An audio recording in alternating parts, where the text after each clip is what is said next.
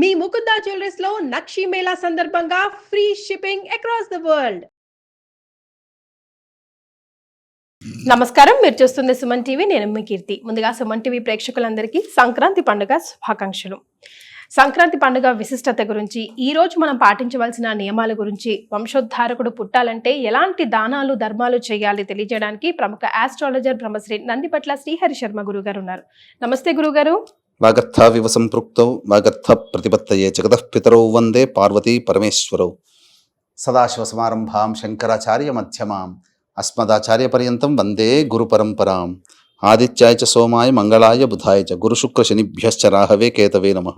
శృంగేరి జగద్గురు పీఠాధిపతులకి, కంచి పీఠాధిపతులకి నమస్కారములు తెలియజేసుకుంటూ కార్యక్రమాన్ని ప్రారంభిద్దాం.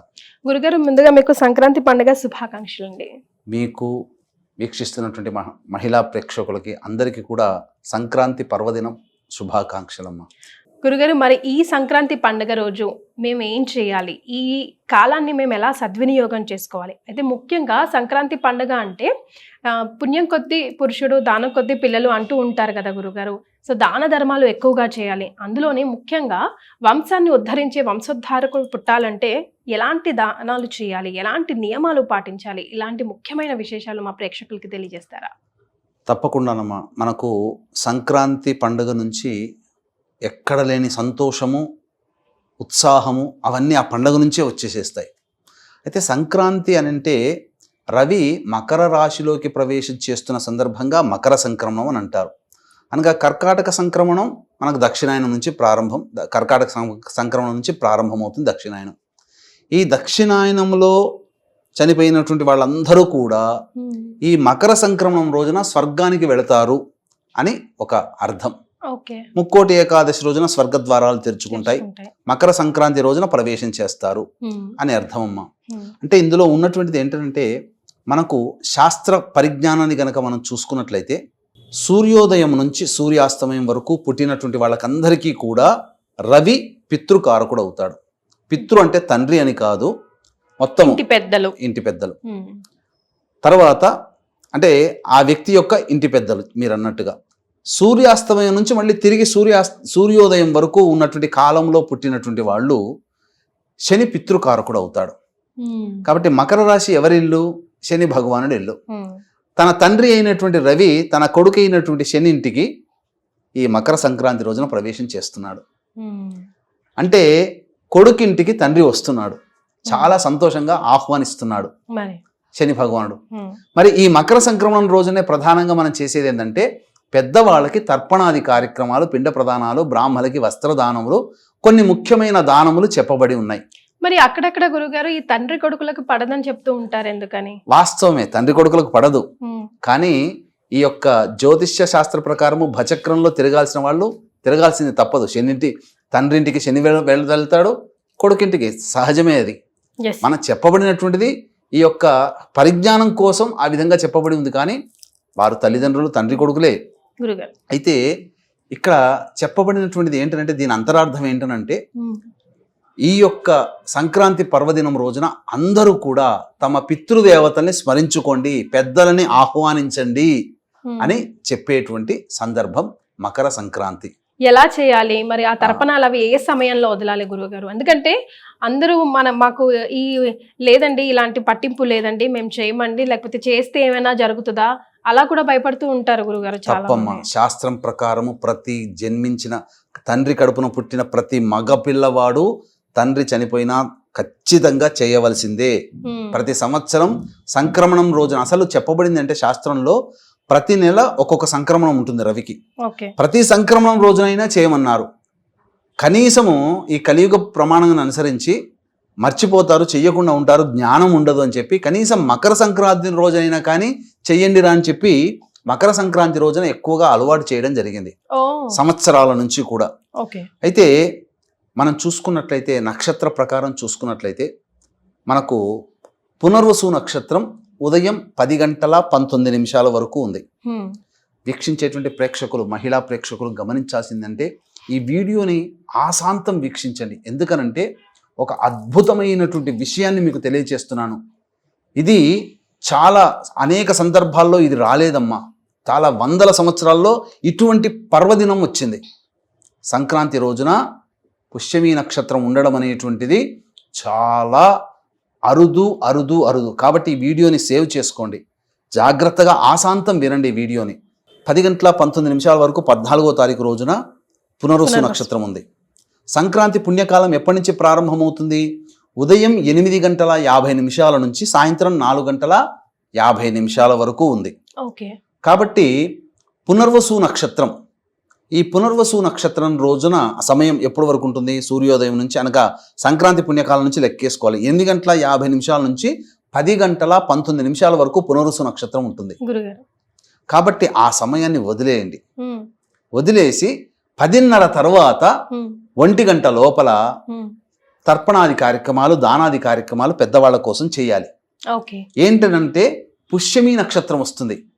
పైగా మీరు గమనించుకుంటే చంద్రరాశిలో పుష్యమి నక్షత్రం ఉంటుంది, అనగా కర్కాటక రాశిలో. అక్కడ పుష్యమి నక్షత్రం, ఆ పుష్యమి చంద్రుడికి ఎదురుగా పౌర్ణమి గడియలు అనగా వెళ్ళిపోయాయి. 2 రోజు ఇంకో పాడ్యం వరకు ఉంటాడు. అనగా రవిచంద్రుడు సమసప్తకాల్లో ఉంటాడు. రవి ఏమో ఒక పితృకారకుడైనటువంటి శని ఇంట్లో, శని నక్షత్రం, శని కూడా ఏంటంటే శని నక్షత్రంలో వస్తుంది ఆ రోజు మకర సంక్రాంతి. అంటే ఇద్దరు పితృకారకుల యొక్క సమాగమము, 2 కలిసి వచ్చినటువంటిదిగా చెప్పవచ్చు. అద్భుతమైనటువంటి సమయం కాబట్టి అపరాహ్నం లోపల తర్పణాది కార్యక్రమాలు చేయాలి. కాబట్టి బ్రాహ్మణుని పిలిపించుకొని తిలలతో తడిపినటువంటి నీటితో ఇంట్లో చేసుకోవచ్చు. అయితే చాలా మంది కుగ్రామాలు ఉంటాయి. ఇప్పుడు మన సుమన్ టీవీ వెళ్ళనటువంటి గ్రామం ఉందా? లేదండి. వాడల వీధిలో ఎవరికైనా కానీ చేరిపోయింది ఇది. కాబట్టి ఈ సుమన్ టీవీని, ఈ కార్యక్రమాన్ని చూసిన వాళ్ళు, అయ్యో మన ఊరికి అయ్యగారు రాలేకపోతారేమో, చాలా దూరంలో ఉన్నారు, అందరూ పండుగ వాతావరణం ఉంటారు, మరి చేయలేకపోతున్నాం, కానీ నా తల్లిదండ్రులకు నేను చేయాలని ఉంది అని చెప్పి బాధపడే వాళ్ళు కూడా ఉంటారు. అటువంటి వాళ్ళ కోసమే మనం ఏం చేయాలంటే, సాధారణంగా ఆ భావన ఉన్నందుకైనా సంతోషపడి ఆ కొద్ది పరిహారమైనా మనం చెప్పాలమ్మా. అందుకని అటువంటి వాళ్ళు ఏం చేయాలంటే, ముందుగా తూర్పు వైపున గణపతికి ఒక్కసారి నమస్కారం చేసుకొని, నా తల్లిదండ్రుల కోసం ఈ మకర సంక్రమణ సందర్భంగా ఉదయం 10:20 నుంచి 1:30 లోపల ఎప్పుడు సమయం కుదిరితే అప్పుడు చేయవచ్చు. నేను చేస్తున్నాను, నా తల్లిదండ్రులకి తర్పణాన్ని నా కొడుకుగా చేయాల్సిన బాధ్యత నాది అని చెప్పి ఆ సంకల్పానికి నిర్విఘ్నంగా ఆ పుణ్యాన్నంతా నా తల్లిదండ్రులకి ధారపోయి ఇచ్చే విధంగా నన్ను నడిపించు విఘ్నేశ అని చెప్పి గణపతికి అనుజ్ఞ తీసుకొని దక్షిణం వైపు ఫేస్ పెట్టి చక్కగా ఒక ఉచితాసనం తీసుకొని అందులో ఒక గ్లాసు, ఎక్కడైనా చేయొచ్చు, ఇంట్లోనైనా చేయొచ్చు, గ్లాసు, పళ్ళెము, స్పూను, ఆ గ్లాసులో నీళ్లు, ఆ నీటిలో కొన్ని నల్ల నువ్వులు కలిపి వేసిన తర్వాత అప్పుడు స్పూన్తో ఈ విధంగా నీళ్లు వేసుకొని, ఎవరు చనిపోయారో తాత నుంచి మొదలు పెట్టుకోవచ్చు, 3 తరాలు, అనగా తన వైపు 3 తరాలు, తన భార్య వైపు 3 తరాలు ఉన్నటువంటి వాళ్ళని మొదలుగా పేరు తలుచుకొని, గోత్రం చెప్పుకొని, తన గోత్రం అయితే తన గోత్రము, తండ్రి పేరు, అలాగే ఆ తండ్రి ఏమవుతాడు, నాకు తండ్రి అవుతాడో మనసులో చేసుకుని ఆ పేరును తలుచుకొని ఆ నువ్వులు కలిపిన నీళ్ళని చేతిలో వేసి ఈ బొటన వేలి గుండా ఆ పళ్ళెంలో వేయాలి. అది దక్షిణం వైపే ఉండి చేయాలి. ఇవన్నీ కూడా చేసి ఆ పేరు చదివిన తర్వాత తర్పయామి తర్పయామి తర్పయామి అని 3 సార్లు అనుకుంటే చాలు. ఆ విధంగా తన వైపు 3 తరాలు, తన భార్య వైపు 3 తరాల్లో మరణించిన వాళ్ళ పేరున తర్పణాలు చేస్తే, ఒక్కసారి ఆ యొక్క దక్షిణ దిక్కుకు నమస్కారం చేసి, నాకు ఏ అవకాశం లేకపోయినా నేను చేస్తున్నాను, అనుగ్రహించండి, నా ఈ పుణ్యఫలాన్ని తీసుకోండి పితృదేవతల్లారా అని చెప్పి నమస్కారం చేసుకుంటే చాలమ్మా. పితృదేవతలు చాలా సంతోషిస్తారు. కాబట్టి వీక్షిస్తున్నటువంటి మహిళా ప్రేక్షకులు, మీరు మీ భర్తని మీరు ఎంకరేజ్ చేయండి. ఖచ్చితంగా మనము మన తల్లిదండ్రులు, అత్తామామల్ని మించిన దైవము లేదు, దేవుడు అనుగ్రహించిన పితృదేవతలు అనుగ్రహించాలని చెప్పి సంకల్పం చేసుకొని మీ భర్తని పురమాయించండి. భర్త లేరు, కొడుకుని పురమాయించండి, ఉద్యున్ముఖుణ్ణి చేయండి. కాబట్టి ఆ విధంగా అభిమన్యుడు ఎలా అయితే భార్య అందరూ ఉద్యున్ముఖుల్ని చేశారో ఆ విధంగా చక్కగా ఉద్యున్ముఖుల్ని చేయాలి, ప్రేరేపణ చేయాలి. ఆ విధంగా చేసిన తర్వాత వదిలిన నీళ్ళు ఎక్కడ పోయాయి? వదిలిన నీళ్లు ఎక్కడైనా తొక్కని ప్లేస్ లో చెట్లు వేస్తే సరిపోతుంది. తర్వాత కొన్ని దానాలు కూడా చెప్పబడి ఉందమ్మా. వంశోద్ధారకుడు అని చెప్పుకున్నాం కదా, ఆ వంశోద్ధారకుడు జన్మించాలి అని అంటే దీనికి ఒక చిన్న గాథ ఉంది. ఇది నేను చెప్పినటువంటిది కాదండి, భారతంలో జరిగి తీరింది. ఈ కథని విని చదివి అర్థం చేసుకొని ఈ చెప్పినటువంటి సమయంలో ఈ చెప్పబడినటువంటి వస్తువుని గనక మీ ఇంట్లో ఎవరికైనా బ్రాహ్మణుడికి దానం చేసినట్లయితే తప్పకుండా మీ ఇంట్లో వంశోద్ధారకుడు పుడతాడు. నందమూరి వంశంలో తారక రామారావు గారి ఇంట్లో వంశోద్ధారకుడు, మోడీ ఆయన వంశంలో ఆయన ఉద్ధారకుడు. ఇలా గొప్ప పదవిని, ప్రపంచాన్ని శాసించగలిగి సమాజాన్ని శాసించగలిగే వ్యక్తి మీ కుటుంబంలో పుడతాడు. కాబట్టి జాగ్రత్తగా వినండి. పూర్వము ద్రోణాచార్యుడు, కృపాచార్యుడు చెల్లి కృపి, ఆ రోజుల్లోనే కవల పిల్లలు వాళ్ళిద్దరు. కాబట్టి అది కూడా కుంభములో అనగా కుండలో జన్మించారు. ఆ టెక్నాలజీ అప్పట్లోనే ఉందమ్మా. ఇప్పుడు టెస్ట్ ట్యూబ్ బేబీ మేం కనుగొన్నామని అంటున్నారు, కానీ అప్పుడే ఉంది. తర్వాత ఈ ద్రోణాచార్యుడు కృపి ఇద్దరు భార్యాభర్తలు కడు దారిద్ర్యాన్ని అనుభవిస్తున్నారు. వాళ్ళకి తినడానికి తిండి కూడా లేకుండా ఇబ్బంది పడుతున్నారు, బక్క చిక్కిన ఒక ఆవు తప్ప. ఎందుకో ఒక రోజున అన్యపదంగా దుర్వాస మహాముని వాళ్ళ ఇంటికి వచ్చాడు. ద్రోణాచార్యుడు ఆ సమయంలో లేడు. తెలుసుకున్నటువంటి కృపి చక్కగా సాధారణంగా ఆహ్వానించి అతిథి మర్యాదలు చేసింది.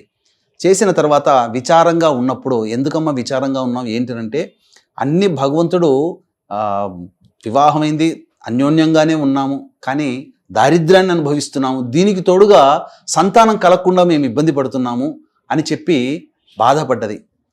నేను మంచి సమయంలోనే వచ్చానమ్మా, ఈరోజు ఉత్తరాయణం ప్రవేశించింది, కాబట్టి ఈ ఉత్తరాయణ పుణ్యకాలం ప్రవేశించిన సమయంలోనే చక్కగా నేను వస్తువును చెబుతాను, ఆ వస్తువును సమకూర్చుకో అని చెప్పగా సంతోషించి ద్రోణాచార్యుడు రాగానే విషయాన్ని అంతా కూడా చెప్పి ఇద్దరు కూడా దంపతులు చాలా ఆనందపడి శుచిర్భూతులై చక్కగా గోసమక్షంలో కూర్చొని ఆ దూర్వాస మహామునికి దంపతులు ఇద్దరూ కలిసి పెరుగుని దానం చేశారు. ఆ పెరుగుని దానం చేసినటువంటి కారణం చేత అద్భుతమైనటువంటి చిరంజీవిగా ఉన్నటువంటి అశ్వత్థామ జన్మించాడు. అదొకటి, సకల శాస్త్రాలు పొందగలిగాడు. అంతేకాకుండా అతను దూర్వాస మహాముని ఏం చెప్పాడనంటే, పూర్వం యశోదాదేవి గొప్ప కొడుకును కనాలనుకుని ఈ సంక్రాంతి పర్వదినం పుణ్యకాలం ఉన్నటువంటి సమయంలోనే పెరుగును దానం చేసినటువంటి కారణం చేత తను కనకపోయినా ఒక గొప్ప యోగ్యుడైనటువంటి మనిషికి తల్లి అయినది. ఇంతటి మహత్యం ఆమె కలిగింది. కాబట్టి నువ్వు ఆచరించడంగానే కృపి ఆచరించడం, ద్రోణాచార్యుడు ఇద్దరు కలిసి ఆచరించడం, అశ్వత్థామ జననం జరిగింది. ఆ యొక్క యశోదాదేవే మళ్ళీ ఉత్తర జన్మలో నాకు నిన్ను కొడుకుగా పొందాలని అనుకుంటున్నానంటే, గర్భవాసాన నిన్ను మోయాలి అని అనుకుంటున్నానని కారణం చేత వచ్చే జన్మలో వకులమాతగా జన్మించి శ్రీనివాసుడికి జన్మనిచ్చింది. కానీ ఆమె కూడా పూర్వజన్మ కర్మ జ్ఞానము గుర్తుకు వచ్చి మంచి సంతానం కావాలని చెప్పి సంక్రాంతి పర్వదిన పుణ్యకాలం ఉన్నటువంటి సమయంలోనే గొడుగులు, విసనకర్ర, చెప్పులు ఇవి బ్రాహ్మడికి దానం చేసింది. కాబట్టి వీక్షిస్తున్నటువంటి మహిళా ప్రేక్షకులు, ముఖ్యంగా సంతానం కోసం ఎదురు చూస్తున్నటువంటి మీ కోడళ్ళు, కూతుళ్ళు ఉండవచ్చు. 2024 సంవత్సరంలో వివాహమై ఉండవచ్చు, లేదా 2020 ఈ సంవత్సరంలో వివాహం అవుతుంది. మాకు కూడా అటువంటి గొప్పదైనటువంటి యోగ్యత కలగాలని వివాహం కాని అబ్బాయిలు, అమ్మాయిలు ఉన్నటువంటి కుటుంబంలో వాళ్ళు, తల్లిదండ్రులు, వివాహమైనటువంటి వాళ్ళు భార్యాభర్తలు ఇద్దరు కూడా ఇప్పుడు చెప్పబడేటువంటి సమయంలో గనక పెరుగుని, విసనకర్ర, గొడుగు, చెప్పులు ఈ 4 ద్రవ్యాల్ని దానం చేస్తే ఖచ్చితంగా మీ ఇంట్లో అద్భుతమైనటువంటి సంతానం పొందుతారు మీరు. ముఖ్యంగా పునరుసు నక్షత్రం 10 గంటల 19 నిమిషాల వరకు అన్నాను కదమ్మా. 8 గంటల 50 నిమిషాల వరకు, 8 గంటల 50 నిమిషాల నుంచి ఈ పుణ్యకాలం ప్రవేశిస్తుంది, పర్వదిన పుణ్యకాలం. కావున ఆ సమయంలో పునరుసు నక్షత్రం ఉన్నప్పుడు పెరుగుని దానం చేస్తే ఎటువంటి ఫలితం అంటే, పునరుసు నక్షత్రానికి అధిపతి అదితి. అదితి అంటే ఎవరు? దేవతల తల్లి. కాబట్టి సాక్షాత్తు దైవాంశమే మీ ఇంట్లో ఉండవచ్చు, ఖచ్చితంగా చెప్పవచ్చు. ఎందుకంటే పునరుసు నక్షత్రంలో పెరుగును దానం చేస్తే, పునరుసు నక్షత్రం అయిన తర్వాత పుష్యమి నక్షత్రం వస్తుంది. ఆ సమయంలో కూడా బ్రాహ్మణుడికి పెరుగు దానం చేయొచ్చు దంపతులు ఇద్దరు. భర్త లేకపోయినా భార్యనే చేయవచ్చు, ఎవరైనా చేయవచ్చు. ఎందుకంటే సంతానం ఇరువురికి కదా సంబంధించింది. కొన్నిసార్లు భర్త అందుబాటులో ఉండకపోవచ్చు, ఆ విధంగా భార్య అందుబాటులో లేకపోయినా భర్త అయినా చేయవచ్చు. పుష్యమి నక్షత్రంలో చేస్తే ఏమవుతుందంటే, పుష్యమి నక్షత్రము ఇది పుష్టికి సంబంధించినటువంటి నక్షత్రం, బృహస్పతి. కాబట్టి వీక్షిస్తున్నటువంటి ప్రేక్షకుల్లో మీ కుటుంబంలో భర్త వైపు 3 తరాలు, భార్య వైపు 3 తరాల్లో గతించిన వాళ్ళు మళ్ళీ మాకు సంతానం కావాలని కొంతమంది కోరుకుంటారు కదా. అటువంటి వాళ్ళు పుష్యమి నక్షత్రం ఉన్న సమయంలో పుణ్యకాలంలో పెరుగును దానం చేయొచ్చు. ఆ విధంగా చేస్తే తమ వంశంలోని వాళ్ళే మళ్ళీ జన్మించే అవకాశం ఉంటుంది. లేదు వికటకవిలాగా జ్ఞానము సంపద రెండు కావాలనుకొని మిక్స్ చేసుకొని తాగాడు. కాబట్టి చక్కగా దైవాంశంతో కూడుకున్నటువంటి మీ వాళ్ళే రావాలనుకున్నప్పుడు పునరుసు నక్షత్రంలో ఒకసారి, పుష్యమి నక్షత్రంలో ఉన్నప్పుడు ఇంకొకసారి, ఒక బ్రాహ్మడికి ఒకసారి, ఇంకో బ్రాహ్మడికి ఒకసారి, ఈ విధంగా 2 సార్లు కూడా దానం చేసిన విశేషమైనటువంటి పుణ్య ఫలితం దక్కుతుంది. కొలత ఏమైనా ఉందా గురుగారు? ఏమీ లేదమ్మా, ఎంత వస్తే అంత. మట్టి పాత్రలో చేయొచ్చు, కంచు పాత్రలో పెరుగుని దానం చేస్తే విశేషమైన ఫలితం. ఇప్పుడు కంచె ఎక్కడ దొరుకుతుందమ్మా? దొరకట్లేదు. కాబట్టి చిన్న వెండి పాత్ర అంటే పెద్దదిగా ఉండి అందులో చిన్న వెండిది పెట్టి ఆ వెండి పాత్రలో పెరుగును వేసి ఆ పెద్ద పాత్ర చిన్న వెండి పాత్రతో కలిపి కూడా దానం చేయొచ్చు, తప్పలేదమ్మా. ఈ విధంగా చేసినట్లయితే తప్పకుండా మంచి జరుగుతుంది. అంతేకాకుండా విధిగా ఈ రోజున కంబళి, గుమ్మడికాయ, నల్ల నువ్వులు, అలాగే ఏదైనా ఒక లోహము, వెండి చిన్న ఒక ఇచ్చిన లోహం అన్నప్పుడు బంగారం దాకా వెళ్ళ శక్తి ఉంటే బంగారం, లేకపోతే వెండి, లేకపోతే ఇత్తడినైనా కానీ దానం చేయవచ్చు. ముఖ్యంగా కంబళి దానం, నల్ల నువ్వుల నూనె, ఇవన్నీ దానం చేయవచ్చు. ఇంకా ఇవన్నీ బ్రాహ్మడికే చేయాలా? ఆర్థిక బాధలతో ఇబ్బంది పడే వాళ్ళు చాలా మంది ఉన్నారంటే రోడ్ సైడ్ ఉన్నటువంటి వాళ్ళందరూ కూడా చాలా మంది చలికి బాధపడుతుంటారు. అందరికీ రగ్గులు దానం చేయండి, చాలా పుణ్యం వస్తుందమ్మా. ఈ విధంగా చక్కగా చేసినట్లయితే మంచి పుణ్య ఫలితం దక్కుతుంది. ఈ విధంగా చేసినటువంటి వాళ్ళకందరికీ కూడా సకల విధాలుగా యోగ్యుడైనటువంటి సంతానం కలుగుతుందమ్మా. చాలా సంతోషం గురుగారు. సంక్రాంతి సందర్భంగా అనేక మంచి మంచి విషయాలు తెలియజేశారు. ధన్యవాదాలు. సర్వం శ్రీ ఉమామహేశ్వర పరబ్రహ్మార్పణమస్తు.